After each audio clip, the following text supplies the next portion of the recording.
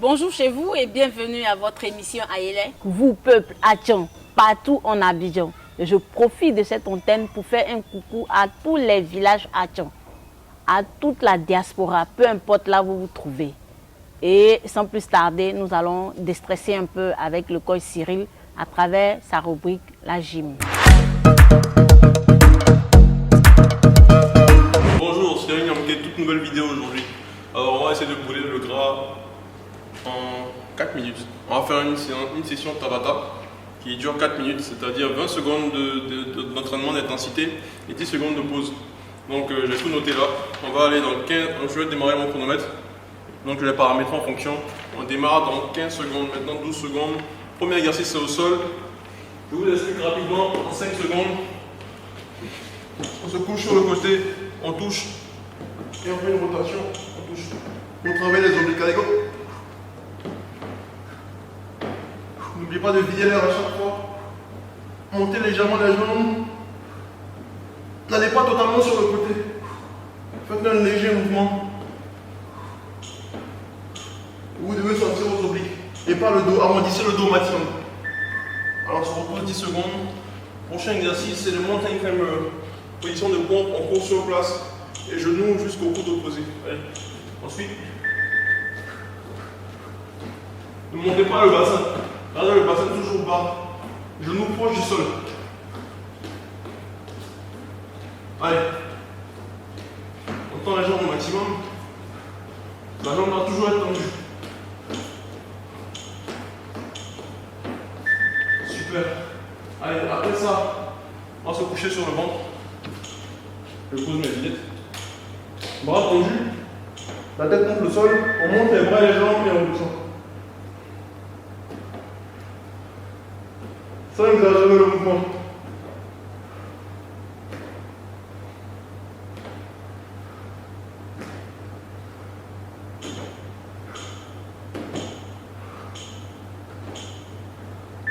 Allez, les mains au niveau de la poitrine maintenant. On va joindre les pieds. Ceux qui ne peuvent pas garder le genou au sol. On va monter en position de pompe. Ceux qui ne peuvent pas garder le genou au sol. Alors on pousse et on redescend. On pousse et on redescend. On contracte bien le ventre. On pousse au maximum et on redescend.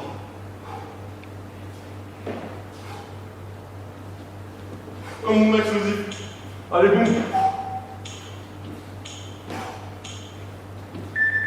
Ok, parfait. On va se coucher sur le côté maintenant.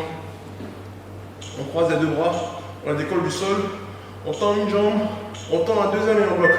Allez, 20 secondes. Si vous n'arrivez pas, allez légèrement sur le dos, légèrement. Allez, vous devez sentir toujours les obliques. Cette partie des abdos, les côtés. Parfait, on change de côté. Allez. Allez, courage. Allez, go. On décolle les deux coudes. Jambes bien tendues. On décolle les jambes. Le corps doit faire un petit C. Une petite courbe.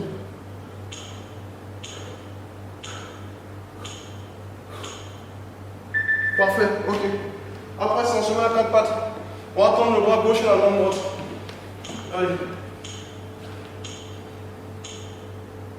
Allez, go. On tend et on change.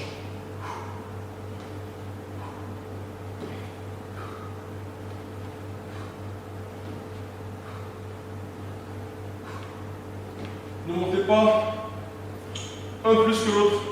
Les deux doivent être au même niveau. Sinon, vous allez perdre l'équilibre. Parfait. Allez, dernier exercice, je crois. On se couche sur le dos. On met les mains dans la fesses. On tend les jambes et on bloque. Dos arrondi. On tape le bas du dos au sol, on arrondit le dos au maximum. On regarde les pieds et on gagne. C'est un tabata assez facile.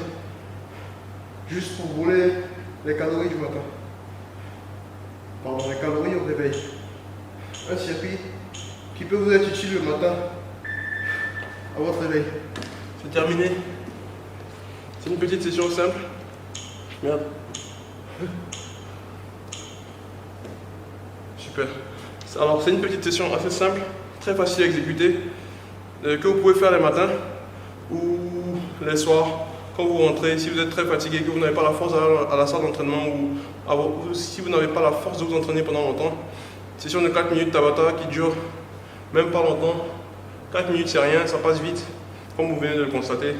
Donc il vous faut du courage, toujours du courage et de la détermination si vous voulez atteindre vos objectifs. Merci d'avoir regardé la vidéo, à très bientôt. Merci à toi Cyril pour le bien-être que tu nous procures à travers tes différentes séances. Et j'espère que vous, téléspectateurs, suivez également ces différentes séances afin d'être en bonne forme. Sans plus tarder, nous allons recevoir Franck Olivier à travers ces différentes balades.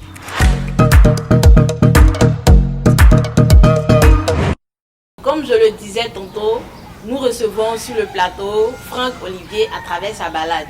Bonjour Franck. Bonjour. Aujourd'hui, où est-ce que tu nous envoies par rapport à ta balade? Alors, je vous envoie à Cocody Village. C'est un village qui est voisin à Blocos. Donc, on découvre ensemble un sujet qui est vraiment intéressant. Il porte sur les ex. Alors, l'amour, les relations amoureuses, au départ, c'est très intéressant. C'est l'amour fou. Mais à un moment, ça devient souvent les querelles. Et bim, on devient des ex. Donc, on découvre ensemble cet élément qui va nous montrer est-ce que l'adage après l'amour, c'est pas la guerre, résiste toujours. Suivons ensemble. Si tu penses que tu es le seul garçon, mon ami, derrière garçon, il y a garçon. Si toi tu penses qu'il n'y a pas l'homme pour toi, faut te calmer. Derrière village, il y a village. Prince chéri, tu penses qu'en la laissant tomber, elle va courir derrière toi. Mon frère, tu as joué bidé. Tu as eu combien d'ex? Plusieurs. Non, on compte dans ça fait combien? C'est beaucoup, Ah, ça dépasse 20. 30 même, ça dépasse. Chi, c'est fort. Hein? Moi, c'est mort de la nuit. Hé, Yasmine, là, je suis là, mais tiens, je suis mort. Viens, ben, ça va tout dire. En esprit, je peux lui faire montrer ça. Vous êtes ensemble, on t'a laissé, c'est ça? Il a mis tampon. Tu as mis tampon? Ouais. Moi-même. C'est que ça a abrégé. Mani. Ouais, de Mani qui parle, il n'y a pas de Mani là. D'accord. C'est le crédit lyonnais qui est aimé. Tu es parti. Mais il faut savoir que quand Mawa s'en va, il y a Awa qui Naya. Ah, c'est Awa Gala. Elle a Naya. Awa, Awa, bonjour. Nous, tu as Naya. Bonjour. Monsieur ex, hein? Oui. Mais qu'est-ce que ça fait que vous avez laissé? Rien. Il me demandait certaines choses qu'il ne peut pas lui donner. Eh bien quoi? Le sexe. Oui, comme ça, tu ne donnes pas le sexe? Non, parce qu'il n'était pas encore... En prête? Voilà, on peut dire prête. Non, mais tu es prête? Oui, puis c'est quelqu'un, je suis prête. Donc, mon ami, il faut revenir, il faut revenir. Peut-être que ça passe, ça prend. Faut pas revenir, ça va pas prendre. C'est fini, c'est fini. Ça va pas prendre, faut pas revenir. Mais on dit ancien feu, salut vite. Il peut venir. Qui a dit ça? Non, à moins si vous êtes quitté sur de bons thèmes, ça va revenir. Mais si vous n'êtes pas quitté sur le bon thème, ça ne va pas revenir. Aïe. Je pense que j'ai pas eu trop le temps de consacrer ma vie aux femmes, étant donné que j'avais un but à atteindre, celui de me concentrer sur mes études. Alors, je pense bien que si j'ai bonne mémoire, j'ai eu qu'un seul ex, une seule fille. Après cette dernière, c'est après elle que j'ai connu ça avec l'issue. J'ai ma vision à moi quand naturellement une fille, je constate que cette dernière peut-être on n'est pas sur la ligne directive dans laquelle moi je projette ma vie. Naturellement que je vais faire la relation pour donner la chance mieux. Comme on le dit, la femme de leader doit pouvoir incarner le leadership du leader. Quand ta femme n'arrive pas à épouser ton leadership, il faut bien évidemment que tu te loignes d'elle. Sinon, elle va un peu te faire perdre un peu voilà, le fil conducteur de ta vision. C'est ce qui a été à la base de notre séparation. Okay, à travers ta balade, on remarque que les femmes sont un peu, elles sont un peu sceptiques, c'est-à-dire qu'elles n'en parlent pas. Oui. Par contre, les hommes, ils sont vraiment fiers d'en parler. Hein. Oui, parce que le sujet des ex, une femme qui a beaucoup d'ex aujourd'hui, avec le tabou en Afrique, on trouve que une femme qui a beaucoup d'ex, n'est pas crédible. Elle est mal vue, elle est mal vue. Oui, elle est mal vue, donc ça manque un peu de confiance. Par contre, les hommes, de véritables coqs, on revendique même le nombre d'ex qu'on a eu dans notre vie. Donc, c'était le véritable sujet qui était présenté. Et aussi dire également qu'après l'amour, ça peut être la paix. Voilà, ça peut être la paix et non la guerre. Voilà. Merci Franck de nous avoir entretenu sur ce sujet. Okay. Et à bientôt pour un autre. Merci de nous recevoir. Et puis bon, pour le prochain thème, on sera dans le village d'Anono. Salut. Poursuivons notre émission avec la rubrique L'expert du jour. Nous recevons ce jour sur notre plateau M. Dido Maxime, docteur en sciences du langage, option langue africaine à l'université Félix Houphouët-Boigny d'Abidjan-Cocody. Bonjour docteur. Bonjour madame. Bienvenue sur notre plateau. Merci. Alors aujourd'hui nous allons aborder le thème qui est la dot en pays Atchan. Bien avant d'entamer notre conversation, on aimerait savoir pourquoi est-ce que vous avez choisi cette spécialité qui est la langue africaine. Merci madame. Je voudrais avant tout dire merci à la chaîne Blocos TV pour l'honneur qu'elle nous donne aujourd'hui de parler d'un sujet très important et qui est ignoré de plus d'un dans les villages Atchan. Je veux vous éclaircir et vous dire pourquoi j'ai choisi d'étudier la langue Atchan. D'abord, c'est le thème langue vivante qui m'a inspiré. J'étais un peu choqué du fait que des langues européennes, en l'occurrence l'espagnol, le français et j'en passe, sont appelées langues vivantes. Et nos langues africaines sont reléguées à un rang subalterne. Et j'ai voulu montrer par ma thèse, par mes travaux, par les articles que je publie, que nos langues africaines pouvaient être considérées aussi comme des langues vivantes. Ce sont des langues normalement constituées, qui sont parlées par des peuples, eux aussi très bien organisés, et ces langues sont valorisées, parce que celui qui ne parle pas sa langue est une personne qui n'a pas d'âme, comme on le dit. La langue, c'est l'âme d'un peuple. Et un peuple qui ne parle plus sa langue est un peuple qui a perdu sa culture, qui a perdu ce qui fait son existence, son essence. Donc ça veut dire qu'il est déraciné. Il est déraciné, tout à fait. Merci pour le mot. Merci docteur. Nous allons revenir à notre sujet qui est la dot en pays Atchan. Ok, donc nous continuons dans cet échange. On aimerait savoir ce que c'est que la dot. La dot, d'un point de vue général, c'est une pratique traditionnelle et ancestrale au cours de laquelle une jeune femme est donnée en mariage à un jeune moyennant quelque chose, pour être plus franc. Voilà. On vient doter une femme et on apporte des éléments qui sont demandés, qui sont requis par la famille. C'est à partir de ces éléments, ou du moins c'est à l'issue du don de ces éléments, que l'homme pourra prendre sa femme et rentrer avec elle chez lui à la maison. Est-ce que cette dot-là, elle est vraiment importante? Quelle est son utilité en fait? La dot en pays Atchan, la dot dans tous les peuples d'ailleurs, et spécifiquement en pays Atchan, est très importante. Parce que elle marque en fait le sérieux de l'homme et la dignité de la famille. Un homme qui vient, qui prend une femme sans la doter, c'est une injure et un affront à la famille. Ça veut dire que la famille ne considère pas sa fille, et comme on le dit en griffe, c'est comme s'il donnait sa fille cadeau. C'est comme si la famille donnait sa fille gratuitement à l'homme qui vient la prendre. Lorsqu'il y a une dot, ça met l'homme face à ses responsabilités. Il a de ce pas des difficultés à renvoyer la fille.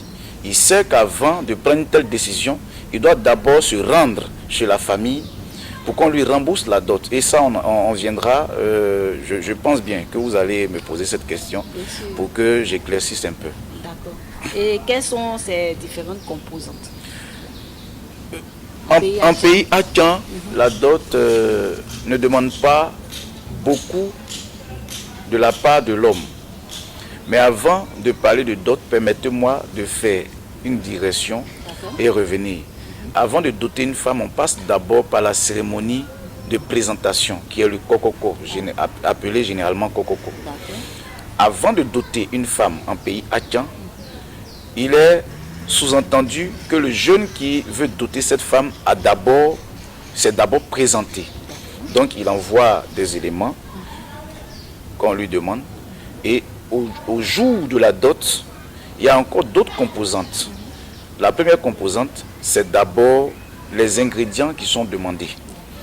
Et en pays Atyan, je parle de la forme ancestrale, pas ce qui se fait maintenant. En pays Atyan, il y a juste une bouteille de gin royal avec la monnaie, la pièce de monnaie, voilà. Et il y a 2 bouteilles de Saint James et un casier de bière, en l'occurrence la grosse bière, bon, ce qui est appelé communément Droba. Et puis il y a la pièce de 5 francs. La pièce de 5 francs et il y a 2 pièces de 25. Et les pièces qui sont demandées sont des pièces qu'on ne trouve plus. Il fallait que ces pièces-là aient la tête. Je ne sais pas si vous vous rappelez. Oui, je me rappelle. Voilà, la tête d'un homme. Mais aujourd'hui, bon, c'est les pièces qu'on voit, aujourd'hui, ce sont les pièces qui ont l'effigie du CFA. Voilà, donc ces pièces étaient demandées. La pièce de 5 francs, c'était de façon symbolique. On sait qu'avant, 5 francs, 25 francs, c'était une grosse somme. Alors, quand on donne 5 francs au père, de la femme qui est dotée, c'est un grand honneur qu'on a fait à ce monsieur. Les 2 pièces de 25 francs sont ces pièces-là qu'on remet au tuteur de la fille qu'on vient de doter. Et ça encore, je vais en parler, si vous permettez. La dot en pays Atyan n'est pas réceptionnée par le père. La dot est réceptionnée par la catégorie, si vous voulez, la génération, par abus de langage, la génération du père de la fille. Donc le père n'est plus de ce pas, à partir de la dot, le seul père de sa fille, mais elle devient l'enfant de toute la génération de son papa. Et dans la génération, on désigne une personne autre que son père pour être le garant de son mariage. C'est à ce dernier-là qu'on remet les 2 pièces de 25. Et les 2 pièces de 25 signifient l'homme et la femme. Lorsqu'il a les 2 pièces de 25, l'homme, voulant un jour, s'il le veut, se séparer de la fille, doit venir récupérer une pièce chez le tuteur de la fille pour dire qu'à partir d'aujourd'hui, désormais, il décide de se retirer. Il décide de laisser tomber la fille. Voilà un peu ce qui compose, ce qui constitue la dot. Le plus important, ce n'est pas d'abord les fêtes, c'est d'abord la symbolique qui est mise au centre de cette cérémonie. Et pour ne pas oublier, la dot se fait très tôt le matin. À partir de 4-5 heures du matin, on dote une femme en pays Atyan et l'homme n'est pas obligé d'être là. Voilà, on dote la fille et on l'amène chez le doyen de génération de son père. C'est là-bas qu'on lui annonce officiellement. Auparavant, elle n'est pas informée. L'homme est informé et tout ce qui est demandé n'est pas présenté à la femme. Tout ce qui est demandé, la femme ne doit pas savoir que son mari a donné, je ne sais pas, tel ou tel élément, pour lui dire un jour que je sais ce que tu as pris pour me doter. Alors si tu t'amuses, je pourrais te rembourser tout cela. En fait, c'est pour éviter ces propos vraiment déshonorants de la part, excusez-moi, de la femme, qu'on ne donne pas la dot devant elle.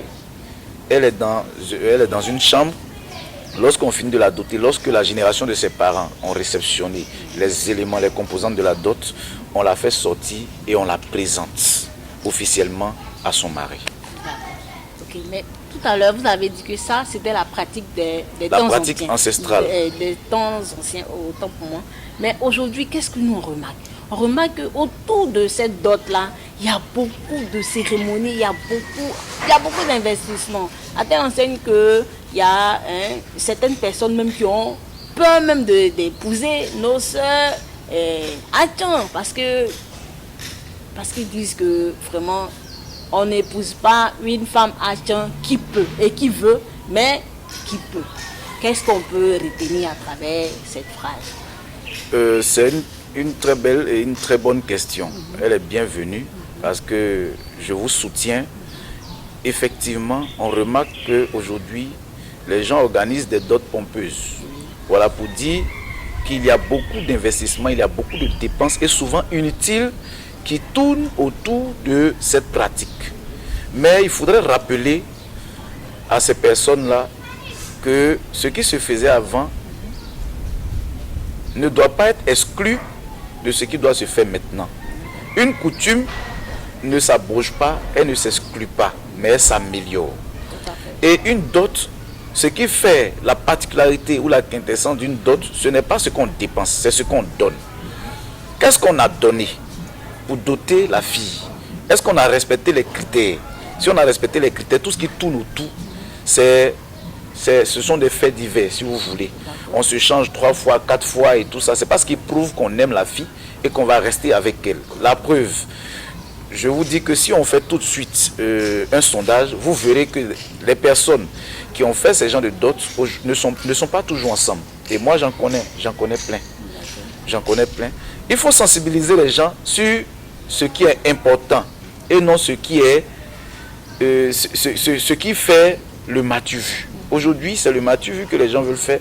Et puis, vous savez que la dot, en passant, en allant du pays Atien à d'autres contrées, d'autres zones de la Côte d'Ivoire, diffère d'un peuple à un autre. Par exemple, chez nos frères de l'Ouest, la femme est tellement importante, pas que les autres, elle n'est pas importante, chez les autres elle n'est pas importante, mais elle est tellement importante que le père ou la mère a du mal à laisser tomber, à laisser partir sa fille. Donc, il veut tester le mari pour voir si ce dernier est capable de la lui prendre. À ce moment-là, on demande que l'homme qui vient marier la femme habille toutes les mères, les tantes et tout ça. Mais je veux dire que ça, les peuples Atien veulent tricher cette pratique, alors que ce n'est pas ce qui est important. On demande par exemple à l'homme qui veut doter aujourd'hui, dans les dots en pays Atien, d'envoyer des pagnes, ce qui ne se faisait pas avant. On demande à l'homme d'envoyer 1 tonne de boissons. Tout ça, pourquoi faire, on ne sait pas. On lui demande aujourd'hui de donner des centaines de mille pour recevoir la génération du père de la femme qui veut doter, ce qui ne se faisait pas avant. La dot, c'est ce qu'on donne. Et en faisant cela, l'homme, quand il prend la femme, il se dit, mais j'ai dépensé sur toi, donc j'ai tous les droits. Celui qui a été considéré en donnant ce qui, je pense, ça c'est mon point de vue, celui à qui ils ont demandé de donner ce qui est requis, ce qui est recommandé, pas une dot normale, vous allez voir, il considère et il prend au sérieux la femme qu'il a mariée. Mais quand on le fait dépenser, il y a une collecte cachée. Tous les hommes ne viendront pas dire que j'ai dépensé, ça me plaît. Je suis un homme, je sais de quoi je parle. Et quand j'ai doté une femme et que j'ai dépensé peut-être 1 million, 2 millions sur elle, il y a une collecte cachée qui fait que j'ai envie de lui rendre, même si ce n'est pas directement, autrement ce que ses parents m'ont fait subir. Donc, il faut faire très attention. Le peuple Atien, ce n'est pas les guerriers, ce ne sont pas les nordistes. Chaque peuple a sa manière de faire. Et les hommes, en allant doter une femme dans une zone bien déterminée, savent, je pense, à l'avance ce qu'ils doivent aller dépenser. Et quand on veut demander à une fille de se changer 3 ou 4 fois pendant la dot, mais ne demandons pas à son mari d'acheter les habits pour cette femme. C'est-à-dire que cette femme, elle est capable. Voilà. Ce sont les parents qui habillent le fils. Et ça, encore, je voulais ajouter qu'à une dot en pays Atien, ce sont les parents qui habillent le fils. Et il y a une manière traditionnelle d'habiller la fille. La fille, on l'habille à moitié. C'est ce qui se faisait avant. La fille, on l'habillait à moitié. On lui couvrait simplement les parties intimes et on laissait le reste du corps. Mais avec l'évolution et avec la bonne pratique des mœurs, il a fallu changer ses habitudes. Parce que tout le monde n'est pas habitué. Il y a une diaspora, il y a des Européens qui viennent, il y a des gens qui ne sont pas habitués à ces choses. Il y a la religion aussi qui s'invite. Donc il faut faire très attention. Aujourd'hui, on habille la fille de façon traditionnelle. On la maquille, elle est parée de bijoux et tout ça, et on la présente à son homme. Voilà un peu comment se faisait la dot, et je pense qu'elle doit continuer pour permettre aux jeunes filles en pays Atien de se marier facilement. Parce qu'on voit, aujourd'hui, elles ont 2-3 enfants avec un homme qui les a dotés.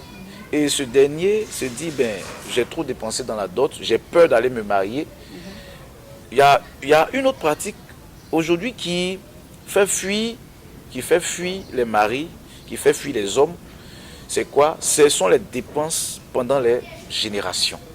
Un homme qui a doté une femme, aujourd'hui, on lui demande de payer la génération de sa femme, alors que ça demande beaucoup d'argent.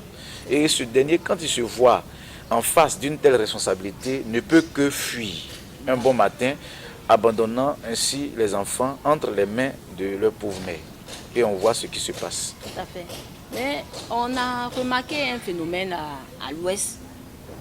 À l'ouest, c'est que quand les deux, c'est-à-dire monsieur et madame, sont en couple et qu'il n'y a pas eu de dot, et qu'il y a décès de cette dame-là, la famille oblige ce dernier à doter le corps. Est-ce que c'est pareil ici au sein du pays Atchon? J'aimerais savoir. Ce n'est pas pareil. D'accord. Ici, on ne demande pas à un époux de doter sa femme dans un cercueil, parce que ça se fait dans un cercueil. Oui, oui. Elle est déjà morte, son corps est exposé. On demande à l'homme de venir la doter. Bon, excusez-moi, je ne veux pas juger, mais je peux quand même donner mon point de vue. Je ne suis pas pour cette pratique. Parce qu'une femme qui est morte, il y a déjà le lien qui est rompu, le lien du mariage qui est rompu. La preuve, en religion, chez les catholiques, ce que je sais, lorsque deux personnes sont mariées légalement et religieusement, on retire l'alliance du conjoint décédé et on la met au doigt du conjoint vivant. Ça veut dire qu'ici, il y a un lien qui est rompu. Un an après, la veuve ou le veuf retire les deux alliances qui ne portent plus. Parce que les deux ne sont plus mariés. Et si c'est une femme, on enlève sur son papier le nom de son mari. Bon, je ne sais pas à quoi cette pratique répond. Et je pense qu'elle ne se faisait pas avant. Je pense.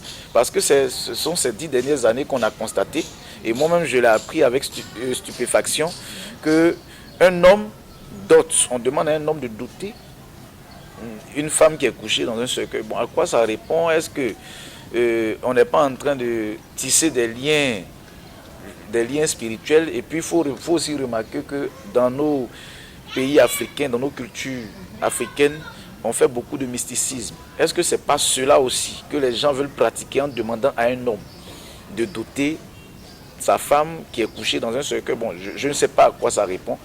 Que les gens de l'Ouest me pardonnent si je suis un peu dur avec eux, mais c'est mon point de vue. Ok. Mais docteur, il arrive parfois dans certains couples où la femme participe aussi à la dot. Et pourquoi celle-ci ne peut-elle pas doter aussi son homme au même titre que son homme? Bon, merci pour cette question. C'est ce qu'on observe aussi. Oui. Je ne connais pas un peuple qui demande à une femme de participer à la dot. Ce sont des pratiques qui sont de plus en plus récurrentes et qui sont demandées souvent par les hommes, par peur de dépenser seul. Sinon, aucun peuple ne demande à une femme de participer à la dot. En pays Atchon, en tout cas, je n'ai jamais été témoin de cette pratique et je n'ai jamais entendu dire un jour qu'une femme a participé à la dot. Maintenant, on sait que dans nos cultures, dans nos traditions, c'est l'homme qui est le chef. La tradition ne dépend pas, nos traditions ne dépendent pas des lois qui sont votées à l'Assemblée nationale. À l'Assemblée nationale, la femme et l'homme sont égaux. Alors que dans nos traditions, l'homme est le chef de la femme. Mais un homme qui demande à sa femme de participer à sa dot, dans notre tradition, c'est un affront. C'est un affront. Et cette dernière, ou du moins ce dernier, l'homme en question, sera vu comme quelqu'un, comme un irresponsable, comme une personne qui n'a pas d'autorité vis-à-vis de sa femme. La preuve, on voit dans les ménages, quand une femme demande à son homme de laver ses dessous, excusez-moi pour le thème, ou de laver même ses habits, lorsque la mère de ce dernier arrive là-bas, ça devient des disputes, des palabres avec la belle-fille. Tout à fait. Parce qu'on se dit que dans les peuples, l'homme n'a pas le droit, c'est la femme qui a le droit de laver les dessous, de laver les vêtements de son homme. C'est la femme qui a tout ce qui est tâche ménagère est dévolu à la femme et non à l'homme. Donc, une femme qui participe à une dot, je pense que c'est une liberté qu'on a donnée, c'est un droit qu'on a donné à cette dame, à cette femme, d'avoir un mot à dire dans son foyer. Alors que nos cultures ne le permettent pas. Je suis l'homme, c'est moi qui décide de là où je dois habiter avec ma femme. C'est moi qui décide de ce que ma femme doit préparer, même si elle n'a pas envie de manger. Vous savez ça. Voilà, c'est moi qui décide de là où les enfants doivent aller. La femme n'a pas son mot à dire. Tout ce qu'elle doit faire, c'est de gérer la maison, c'est de gérer les ménages. Même si aujourd'hui les choses ont commencé à changer, la jeunesse est sensibilisée sur cette question. Et aujourd'hui, de plus en plus de couples s'entendent pour choisir, pour faire des choix sur ce qu'ils veulent. Ok. Merci docteur. Et à travers cet échange, qu'est-ce que nous devons retenir? Qu'est-ce que nous devons retenir à cet échange sur la dot en pays Atchon? Votre dernier mot. Comme dernier mot, je veux demander à tous ceux qui nous regardent, en particulier aux femmes, de faciliter la tâche à leurs hommes. Parce que nombreuses sont ces femmes qui, par leur comportement, ou du moins leur volonté à vouloir faire de grandes choses, empêchent les hommes à les épouser. La dot est un préliminaire au mariage. Et à la mairie, à l'église, quand il n'y a pas de dot, on ne peut pas marier une femme. À l'église, quand il n'y a pas de dot, une femme ne peut pas se marier. On lui demande si elle a été dotée pour savoir si les deux parents se sont accordés avant d'arriver à l'église ou à la mairie. Le conseil que je voulais donner, c'est de leur demander d'être sobre. Un homme qui vient doter une femme, il vient avec ce qu'il a. Que les parents soient justes pour donner que les composantes, pour donner ce qu'il faut pour doter une femme. Autre chose, il faut légaliser cette dot-là. Il faut légaliser cette dot en tenant compte des lois. En tenant compte des lois, parce que les femmes qui sont dotées, quand elles deviennent veuves, elles souffrent. Pourquoi? Parce que la dot n'est pas reconnue. Donc, je suis en train de parler aux autorités villageoises d'abord pour qu'elles délivrent un diplôme à la fin d'une dot. Quand une femme est dotée, il faut qu'on lui délivre un papier, une attestation qui prouve que cette dernière a été dotée, de sorte que si elle a perdu son mari un jour, elle puisse brandir ce papier pour jouir de ses droits. Ma mère en a été victime et je suis en train de plaider pour les jeunes filles. Parce que beaucoup d'hommes, je veux dire, s'arrêtent à la dot. Ils ne vont pas très tôt au mariage parce qu'ils ont peur de ce que le mariage comporte. Mais je les encourage, vraiment j'encourage les autorités villageoises, coutumières, mais j'encourage aussi les autorités administratives. Il faut que cette attestation soit valable à la mairie et au ministère de l'Intérieur pour permettre à la femme, bien sûr, de jouir de ses droits si jamais elle est veuve. Voilà mon mot de fin. Et je dis aussi merci à Blocos TV pour cet honneur, l'occasion qu'elle me fait de parler d'un sujet très important mais qui est sensible. Je pense que ça permettra à nos téléspectateurs et à ceux qui nous suivent de comprendre qu'aujourd'hui, il faut faire les choses simplement que de vouloir faire du matu vu et en souffrir après. Merci. Merci docteur. Merci de nous avoir éclairé sur ce sujet et à bientôt pour un prochain numéro. Merci à vous aussi. Ok, chers téléspectateurs, merci de nous avoir suivis et merci aussi à toute l'équipe de Blocos TV. N'oubliez pas de liker, de partager et de vous abonner sur notre page. Merci particulièrement à la baie des Princes qui nous accueille dans ce super espace. Quant à moi, je vous dis à bientôt pour une prochaine émission d'Ayele.